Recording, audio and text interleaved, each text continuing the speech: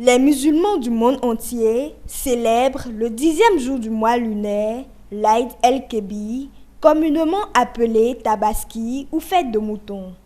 Mais à la veille de cette fête, quels sont les comportements qu'un fidèle musulman doit avoir et quel type de bétail immoler? On est obligé de faire du bien comme des Sahara.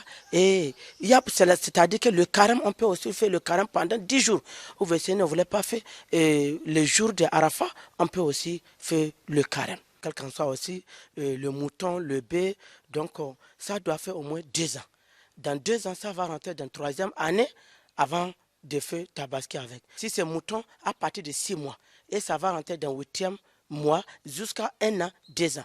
Mais si c'est cabril, à partir de 1 an, et ça va rentrer dans la 2e année avant que ça va faire Tabaski. Mais quand c'est bœuf, à partir de 2 ans, et ça va rentrer parmi 3e année avant que ça va faire le Tabaski. Pour les chameaux aussi, c'est à partir de 5 ans, et ça va rentrer dans la 6e année d'abord avant qu'on va Tabaski avec.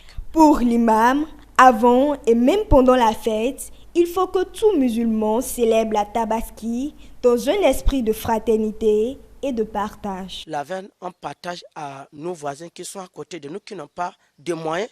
Et il y en a aussi certains qui sont musulmans, ont pris le même mosquée, on est ensemble matin, midi et soir. Mais ils n'ont pas moyen. Et c'est le jour de la fête que tout le monde devait manger la veine. Et ceux-là qui n'en ont pas, il faut les partager, il faut les faire du bien.